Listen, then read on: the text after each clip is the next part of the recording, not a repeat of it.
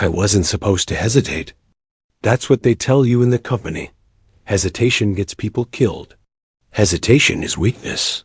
Hesitation means you're not ready for what needs to be done.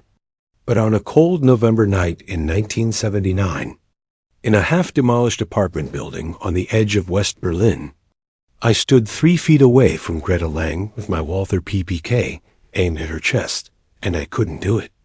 I couldn't squeeze the trigger. And in that frozen moment, everything I believed about duty, about loyalty, about who I was, it all came apart like wet paper in my hands. My name is Ryan Archer. I was a CI, a counterintelligence operative. I believed in my country. I believed in the oath I took. I believed that some things were worth dying for, and some people were worth killing for those things. But I learned something in Berlin that they never taught us at the farm, something that no amount of training can prepare you for, that sometimes the enemy isn't what you think it is. Sometimes the enemy is the moment you realize the world isn't as simple as the briefings made it sound. Sometimes the enemy is your own heart. Berlin in 1979 was a city that lived in the shadow of its own division. Everywhere you looked, you could feel the weight of history pressing down, the wall cutting through neighborhoods like a wound that never healed. Checkpoints manned by young soldiers with old eyes. The constant hum of surveillance that made even silence feel dangerous. I arrived in October, just as the leaves were turning and the cold was beginning to bite.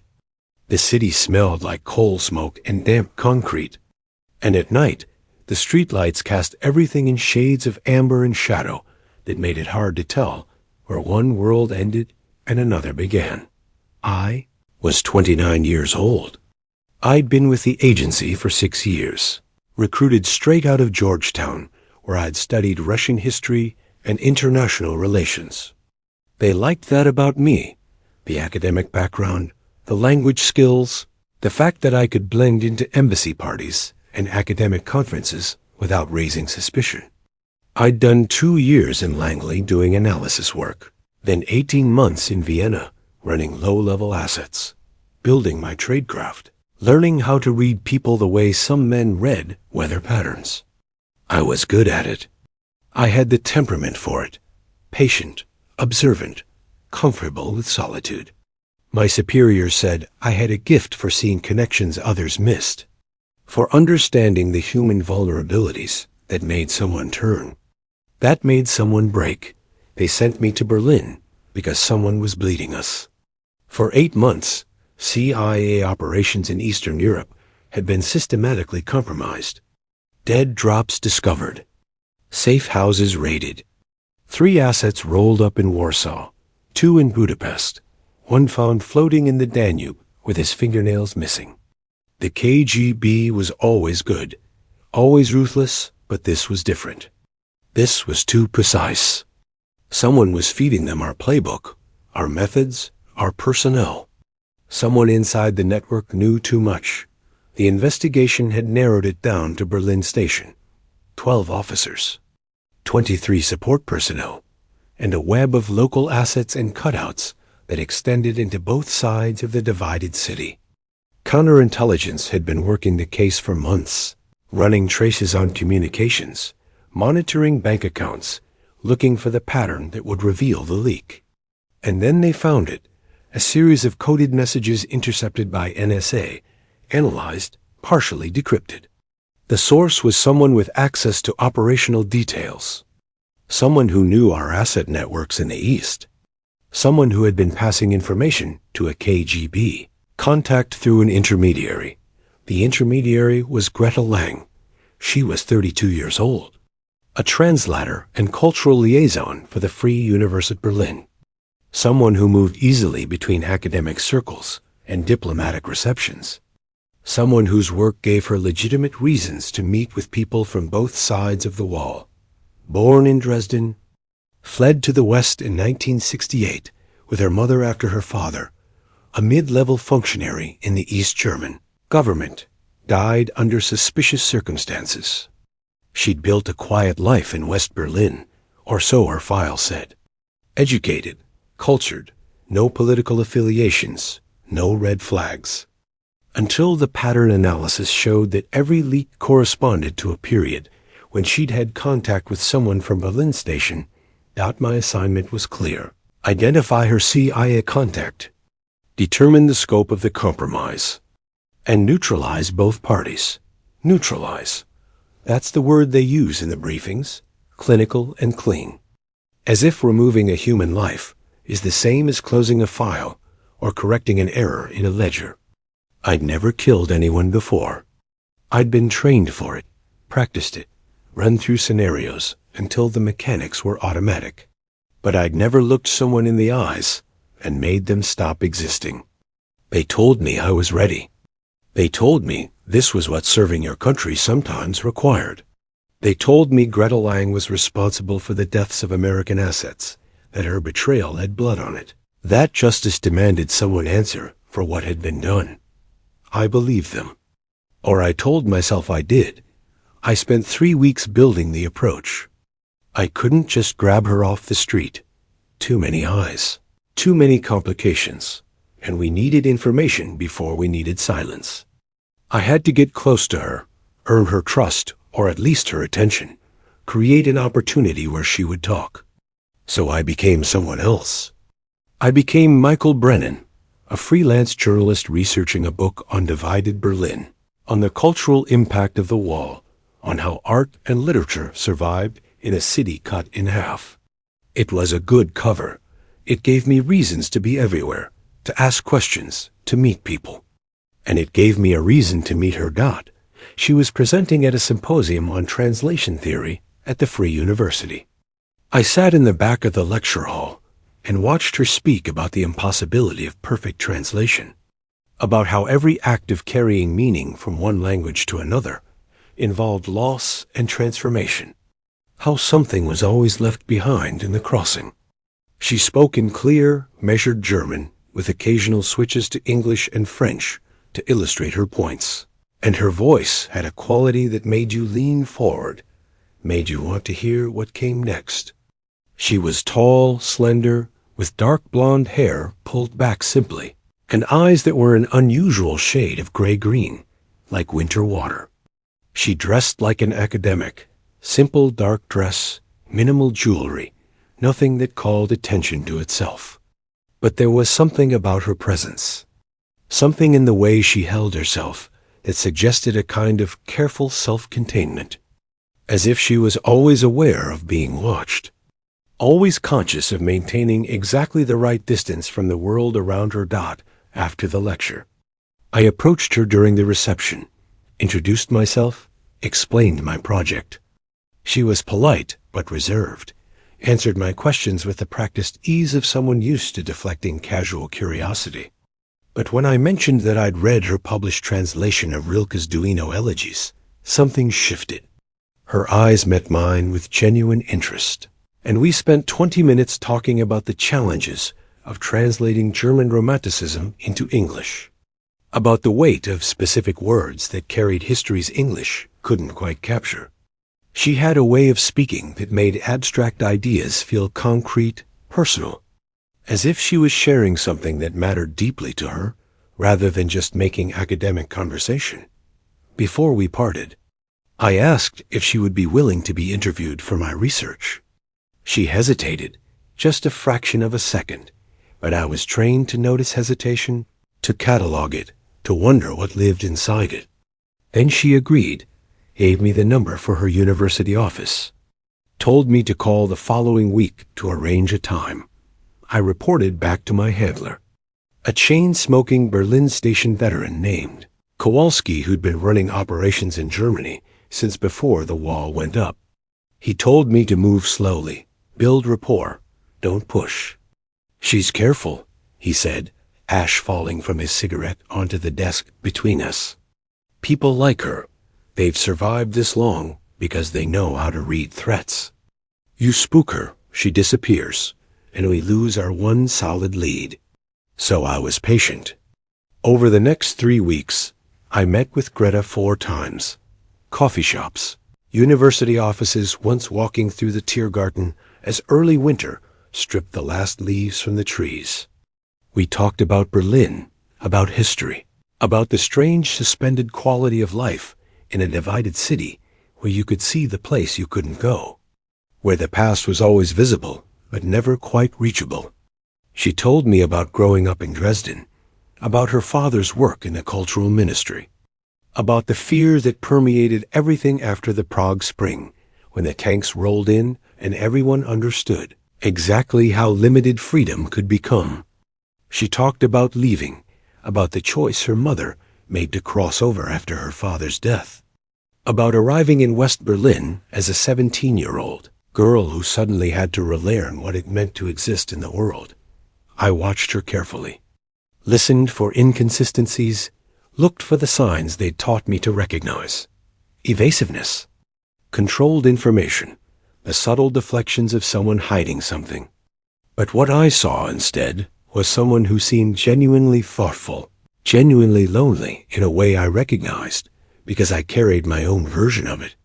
She asked about my life too, and I fed her the cover story. Grew up in Boston, studied at Columbia, spent time in Paris and London before turning to journalism. She seemed to accept it, though sometimes I caught her looking at me with an expression I couldn't quite read, as if she was trying to solve a puzzle whose pieces didn't quite fit together the way they should. The 5th time we met, it was evening, late November, already dark by 5 o'clock. She'd suggested a small cafe in Kreuzberg, a neighborhood near the wall where Turkish immigrants had built their own community within the divided city.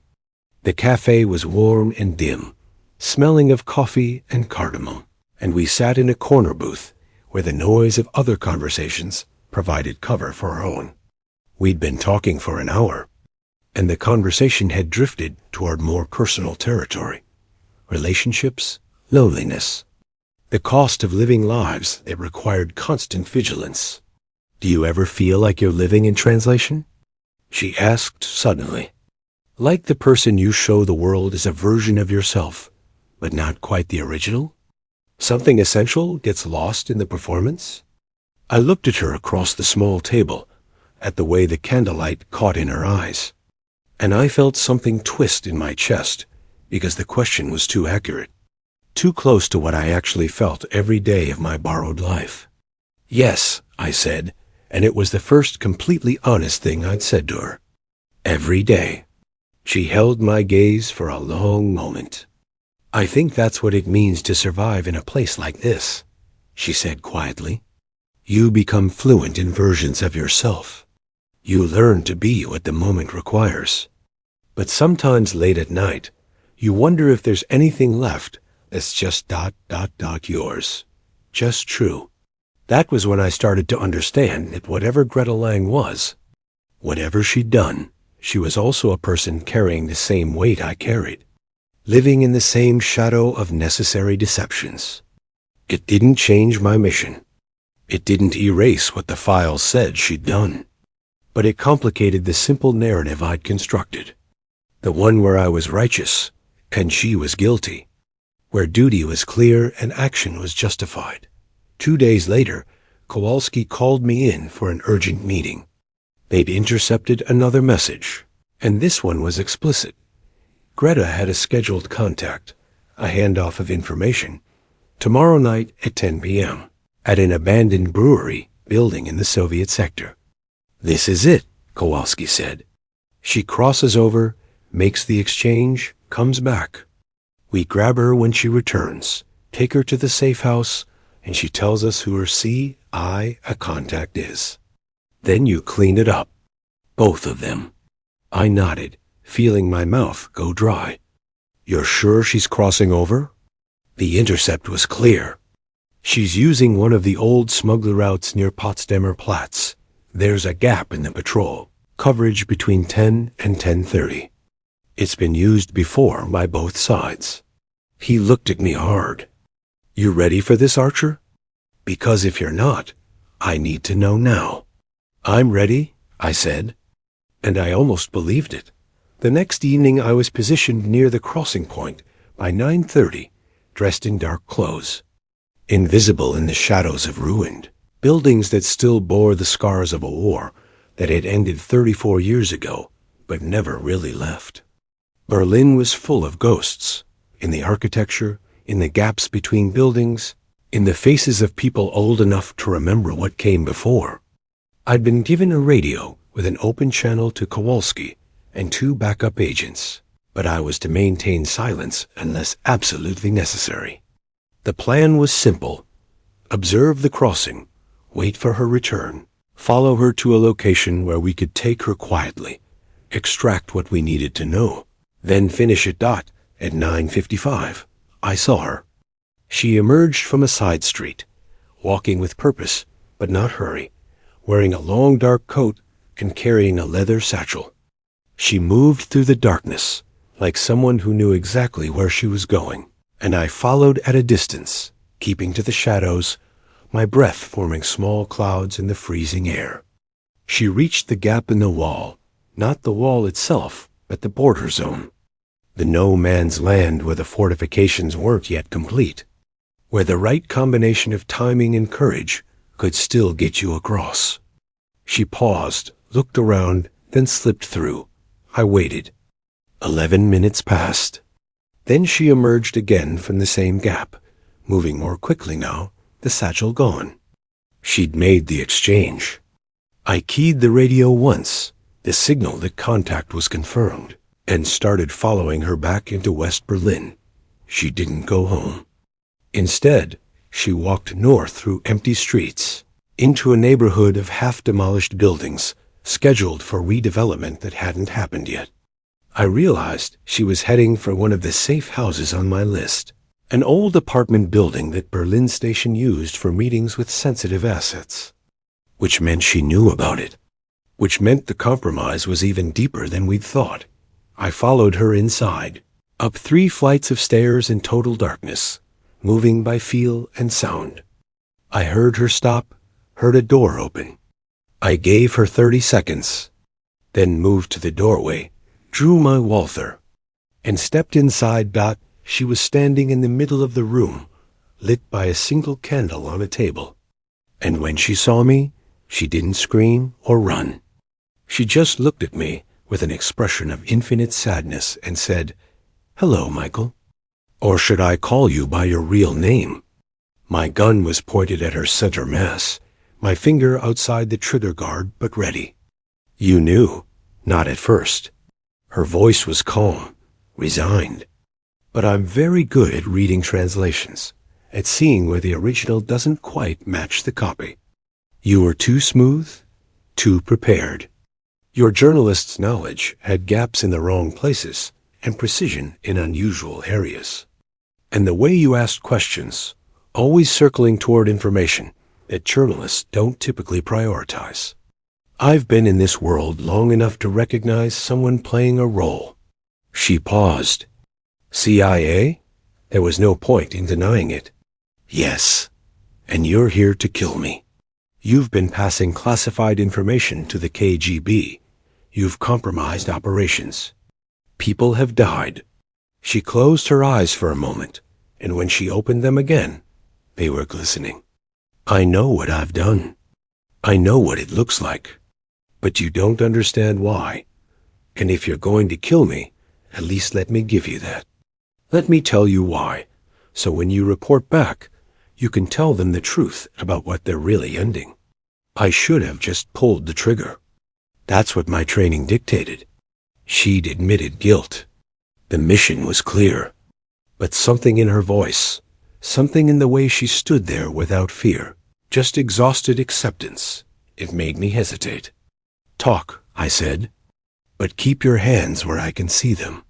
She sat down slowly in a wooden chair, her hands folded in her lap. "My father didn't die of natural causes," she began. "He was executed by the Stasi after they discovered he'd been passing information to the West about cultural suppression in East Germany. They made it look like a heart attack, but my mother found documents after his death that made it clear what had really happened. We fled because we knew we were next. We got out, started over in West Berlin, tried to build normal lives. But my younger brother Thomas, he was visiting our grandmother in Leipzig when my father was arrested. He was 16 years old, and suddenly the borders closed and he was trapped. She paused, her voice tightening. For 11 years, Thomas has been in the East. They won't let him leave because they know he's leverage, that my mother and I would do anything to get him out. He tried to escape twice, once in 1973, once in 1976. The first time they caught him and sent him to prison for 2 years. The second time, they caught him before he even reached the border. Now he's in a labor camp in Sachsenhausen, and they've made it very clear that his life depends on my cooperation. I kept the gun steady, but I felt something cold settling in my stomach. Cooperation with who? The KGB has a man in East Berlin, a colonel named Volkov. He approached me 3 years ago.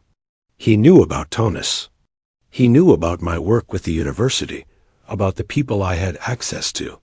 He said if I provided him with information, not military secrets, just background on Western intelligence presence in Berlin, the kinds of things someone in my position might naturally learn, then Thomas would be protected, would be transferred to a better facility, would someday be allowed to leave. She looked directly at me. I said no at first. I hated them for what they'd done to my father, to my family. But then they sent me photographs of Thomas, beaten, thin, barely recognizable. And they said the next photographs would be of his body if I didn't cooperate. You could have gone to the CIA, told them what was happening. We could have helped. She laughed, a bitter sound. Could you? Really? What would you have done? Staged a rescue operation in the middle of East Germany for one person who has no intelligence value? Negotiated his release? With what leverage? I'm not naive, Ryan. I know how this works.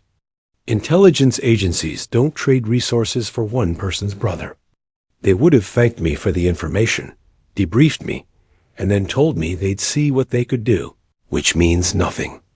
Thomas would have died, and I would have gained nothing but the knowledge that I'd failed him. So you betrayed your adopted country instead. You gave up information that got people killed. I never gave them operational intelligence. Her voice rose for the first time, anguished. I swear to you, I never passed anything that would directly compromise active operations. I gave them background, analysis of political situations, assessments of diplomatic relationships, the kind of information they could have gotten from a dozen other sources, but wanted confirmed. When they asked for more, I deflected, stalled, gave them partial truths. And yes, I know that even background intelligence can be dangerous in the wrong hands, that everything connects to everything else in this world. But I was trying to walk an impossible line, keep Thomas alive without becoming the monster they wanted me to be. I studied her face, looking for deception, but all I saw was exhaustion and grief. The dead drops we intercepted, they had operational details. Asset names. Safe house locations. She shook her head desperately. That wasn't me. I swear on my father's grave, I never had access to that kind of information. Someone else is feeding them that. Someone inside your organization who has real access. She stopped, her voice breaking. I'm just the cutout they're using to hide the real source. They're running me as a false flag, making it look like I'm the primary leak, so you focus on me instead of finding who's really bleeding you.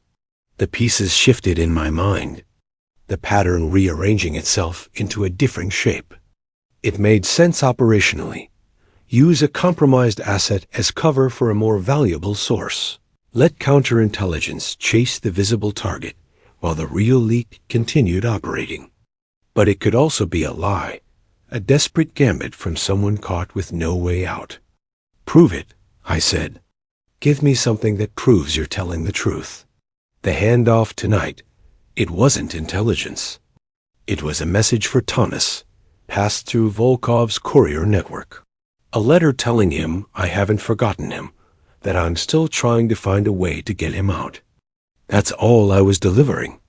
And if you don't believe me, the courier is probably still there. His name is Dmitry Koslov, and he works out of a bookshop in Prenzlauer Berg. He's small time, just carries messages and packages, not operational intelligence. If you grab him, his handlers will know I've been compromised, and Thomas will be dead within 48 hours. I stood there in that cold, empty room with my gun trained on a woman who might be a traitor, or might be a victim, or might be both. And I felt the absolute certainty I'd carried for weeks beginning to crack apart. Because if she was telling the truth, then killing her meant murdering someone who'd been trying to save her brother with the only tools she had. But if she was lying, then letting her go meant betraying everything I'd sworn to protect. "Please," she said softly, "if you have any humanity, any understanding of what it means to love someone enough to compromise yourself, don't do this. Don't kill me for trying to save my brother. Help me find another way." I should have pulled the trigger. I should have remembered my training, my oath, the clear line between duty and sentiment.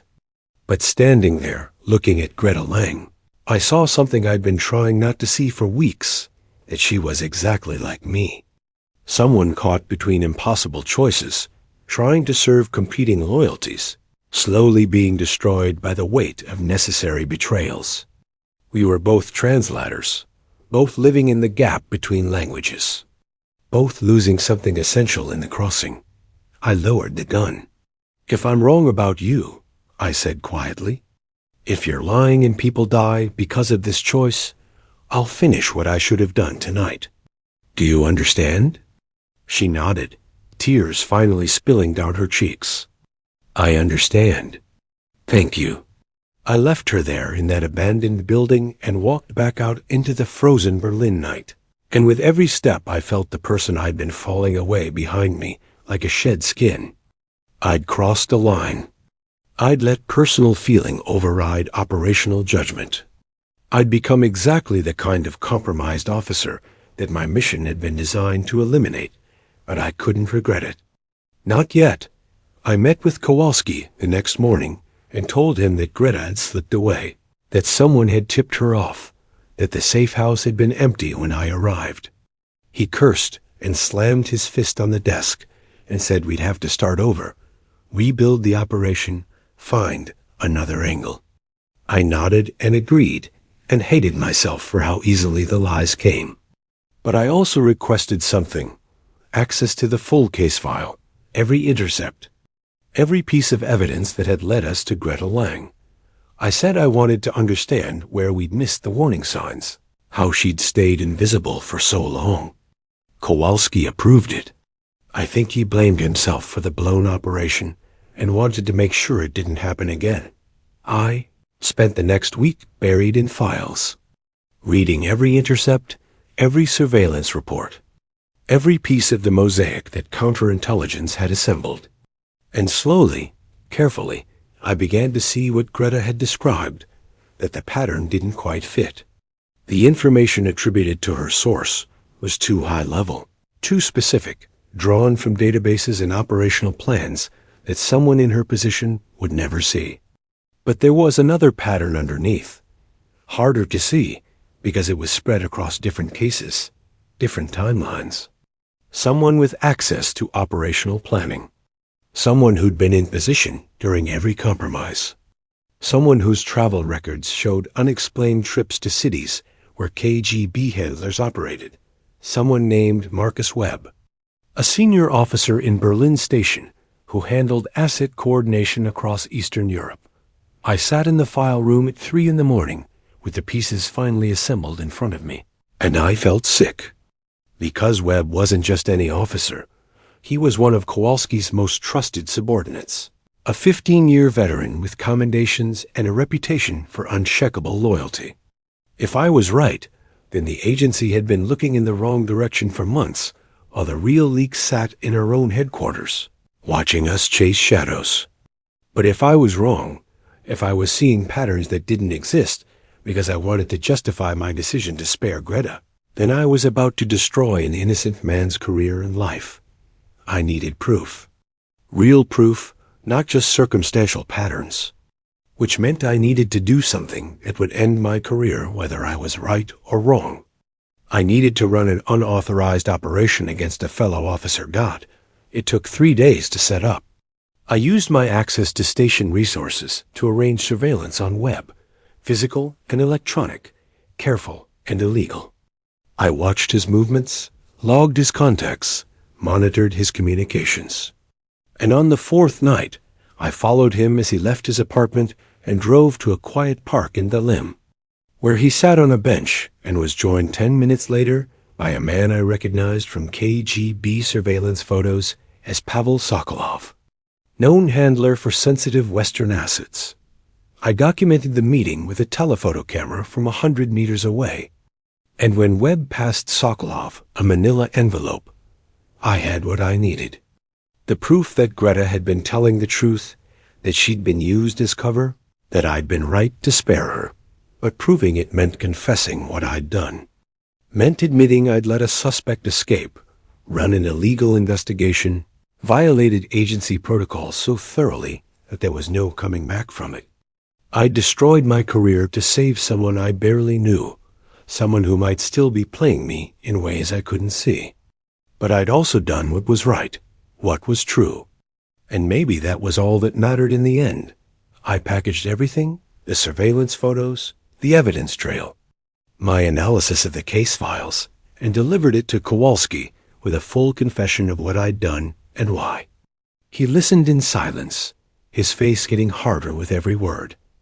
And when I finished, he sat there for a long time, just staring at the evidence spread across his desk. "You let her go," he finally said.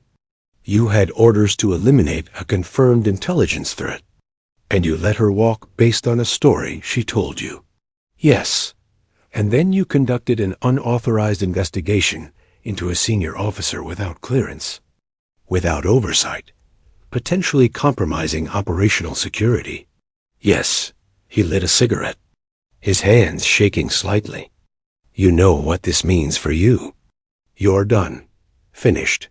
Best case scenario, you're dismissed from service with prejudice. Worst case, you're prosecuted for insubordination and obstruction. I know."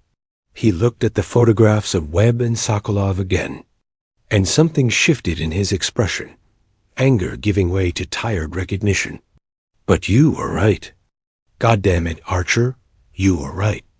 We've been chasing the wrong target for 8 months, while the real leak sat in our own staff meetings." He stubbied out the cigarette. "This doesn't change what you did. You still violated every protocol we have. But you found the truth, and that counts for something." Webb was arrested 48 hours later. The investigation revealed he'd been compromised 6 years earlier during a honey trap operation in Vienna.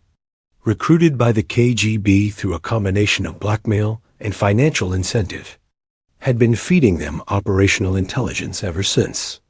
He'd used his access to asset coordination to identify Greta as a potential false flag, had arranged for information to be staged in ways that made her look like the primary source, while he continued operating freely. Dozens of compromised operations were traced back to his betrayal. 3 dead assets, millions in blown resources. And he'd almost gotten away with it because we'd been focused on the cover story he'd helped create. He was convicted of espionage and sentenced to 40 years in federal prison. I was quietly dismissed from the CIA with a general discharge and a recommendation that I never work in intelligence again. No prosecution. Kowalski made sure of that, argued that my violation had ultimately served the agency's interests, even if my methods were unacceptable. But I was done. The career I'd built, the identity I'd constructed, the sense of purpose that had defined my adult life, all of it ended because I couldn't pull a trigger in an abandoned building in Berlin. Greta disappeared. Kowalski told me later that she'd been relocated, given a new identity somewhere outside Germany, and that arrangements had been made through back channels to extract her brother from East Germany as part of a prisoner exchange. I never knew if that was true. or if it was just a kindness, a story meant to let me believe that the cost had been worth it. I wanted to believe it. I needed to believe it.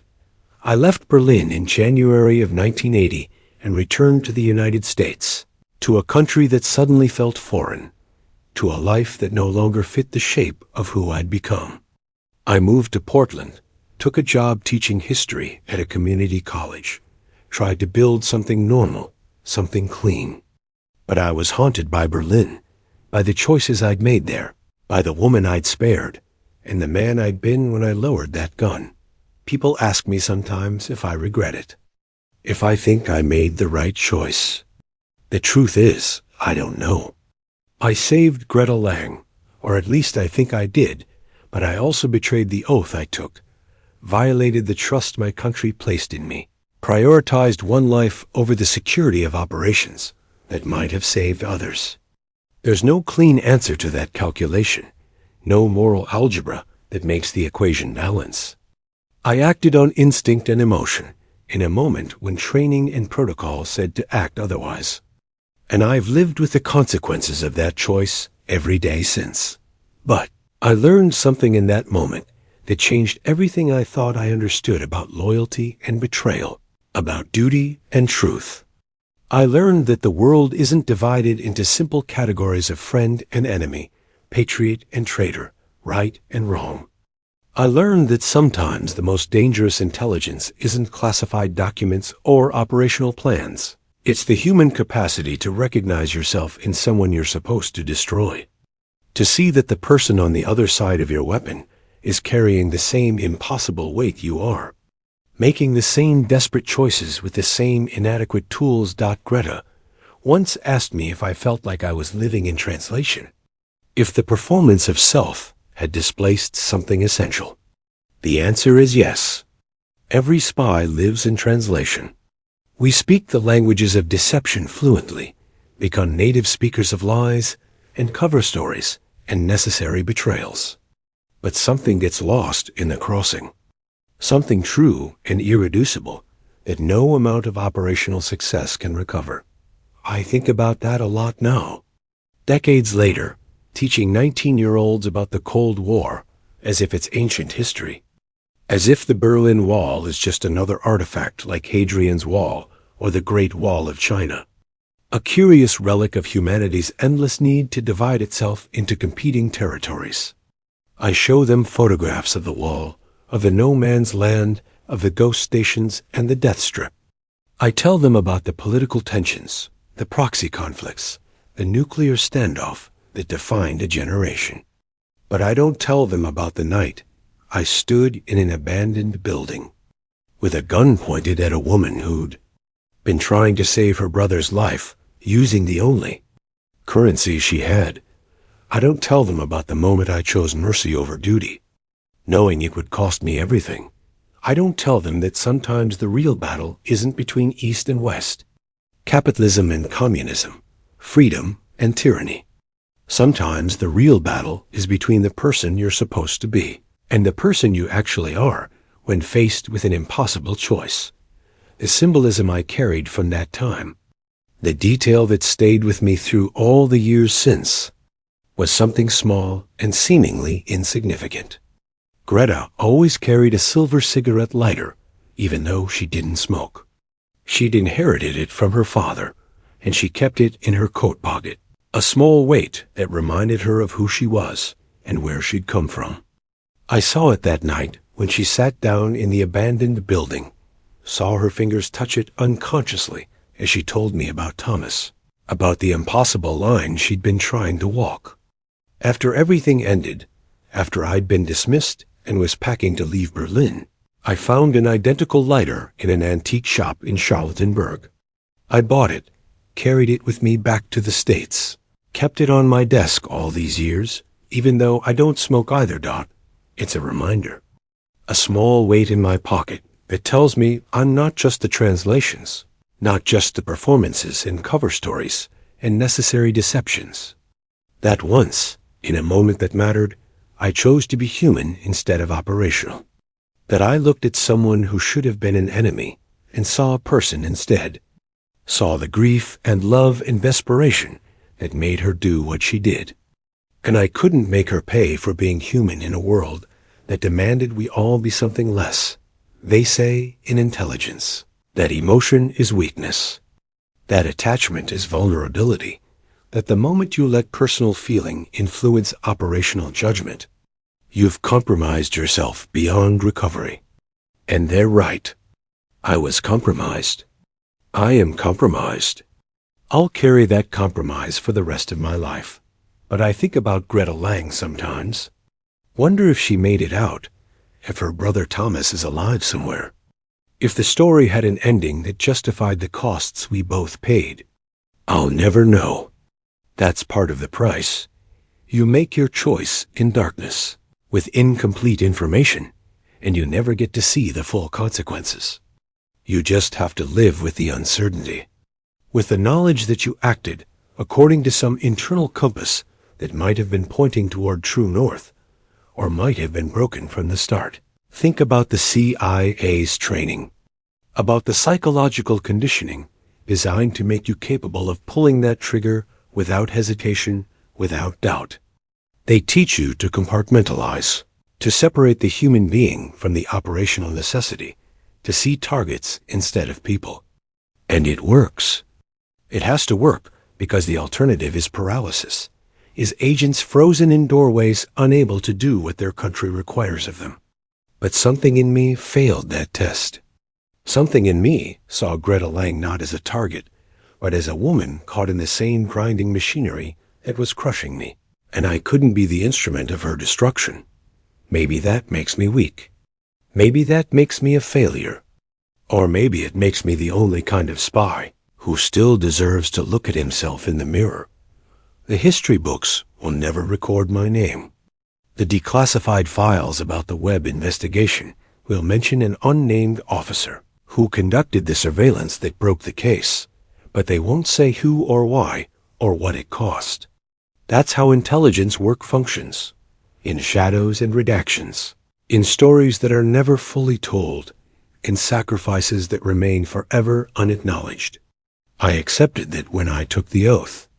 I understood that this was a world of necessary silence, of deeds done in darkness that could never come to light. But I'm telling this story now because I'm old and tired of carrying it alone. Because someone should know that behind the grand narratives of Cold War espionage, behind the statistics of compromised operations and eliminated assets, there were human beings making impossible choices with their own broken moral compasses, trying to find some way to live with what their service demanded and what their conscience could bear. I was an American intelligence operative who couldn't execute the German woman sent to destroy him. That's the simple version, the headline that would appear if anyone bothered to write it down. But the truth is more complicated, more painful, more human than that neat summary suggests. I was a man who believed in duty until I met someone whose duty pointed in a different direction. Someone whose love for her brother was strong enough to risk everything. Someone who made me see that sometimes the enemy is just another person trapped in the same impossible situation, trying to save what matters most with the tools they have. And in that moment of recognition, in that frozen second when I lowered my weapon and chose mercy over mission, I lost everything I thought I was and became something different, something less certain, something more human. I don't know if Greta Lang remembers me. I don't know if she ever thinks about the man who was supposed to kill her and couldn't. But I remember her. I remember the gray-green eyes that looked at me without fear, only exhausted acceptance. I remember her voice asking me to understand why before I ended her life. I remember the weight of the choice, the impossible algebra of loyalties and lives and loves that had to be calculated in darkness with no time and no certainty. And I remember the moment I decided that some things matter more than operational success, more than career advancement, more than the neat categories of friend and enemy that intelligence agencies use to make sense of a messy, contradictory world. I chose to be human. I chose to see another person's humanity and honor it, even when it meant destroying my own future. I chose mercy in a profession that has no place for mercy, compassion in a world built on calculated betrayals. And if that was weakness, if that was failure, if that was the moment I proved myself unfit for the work I'd been trained to do, then so be it. I'd rather be human and broken than operational and whole.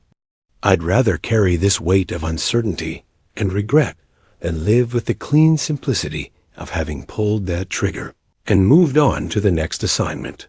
There are costs we pay for the work we do in shadows. There are pieces of ourselves we sacrifice to serve our countries, our ideals, the grand political struggles that define our times.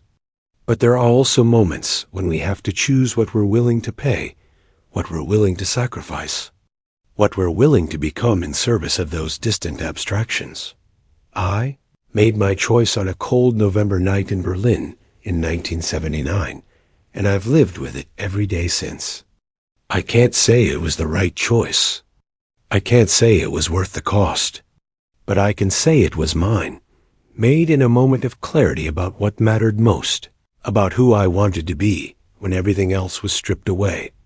They trained me to be a weapon, a tool, an instrument of policy that could be pointed at targets and discharged without hesitation.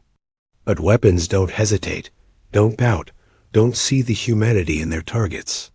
And in the end, I wasn't weapon enough to do what they needed. I was too human, too compromised by empathy and recognition, and the terrible understanding that the woman in my sights was not so different from me. So I failed. I failed my mission. I failed my oath. I failed the agency that trained me and the country that trusted me. But in failing, I preserved something that mattered more than operational success, the capacity to recognize another person's suffering and choose not to add to it, even when duty demanded otherwise. That's what I learned in Berlin. That's what Greta Lang taught me without meaning to. That sometimes the act of translation isn't about perfect accuracy or maintaining the integrity of the original message. Sometimes translation is about finding the human essence beneath the words, the shared experience that connects us across languages and loyalties, and the artificial divisions we construct to make sense of a complicated world. And sometimes, the only way to be true to that essence is to fail at everything else. I am Ryan Archer. I was a CIA operative who let the enemy go because I saw a person instead of a target. And I would do it again. That's my confession. That's the story I never meant to tell. The moment that defined me, destroyed me, and maybe, just maybe, saved the one part of myself that was worth saving.